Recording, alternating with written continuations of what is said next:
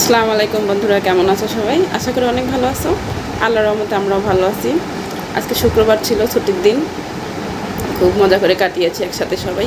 ছুটির দিন মানেই অনেক আনন্দ, কারণ দেখা হচ্ছে ব্যস্ততা কম থাকে। অন্য অন্য ব্যস্ততাগুলা যদি বাবুর স্কুল বন্ধ থাকে, স্কুলে যাতায়াত করতে হয় না, ওখান থেকে একটু সময় পাচ্ছে।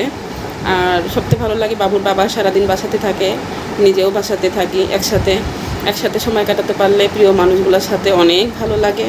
তোমরা কে কী করেছো, কোথায় গিয়েছো? তোমাদের অবশ্যই ভালো লাগে আমার মতো ছুটির দিনগুলোতে। অন্য অন্য ব্যস্ততাগুলো বেশি থাকলেও দেখা যাচ্ছে যে বাচ্চা কাচ্চা নিয়ে অন্তত দৌড়াতে হয় না কোনো মা বাবাকে। ওখান থেকে অনেকটাই ফ্রি থাকা যায়, তাই না? তো আসলে কোথায় ঘুরতে গেছো জানাও, কে কেমন আছো সেটাও জানিও।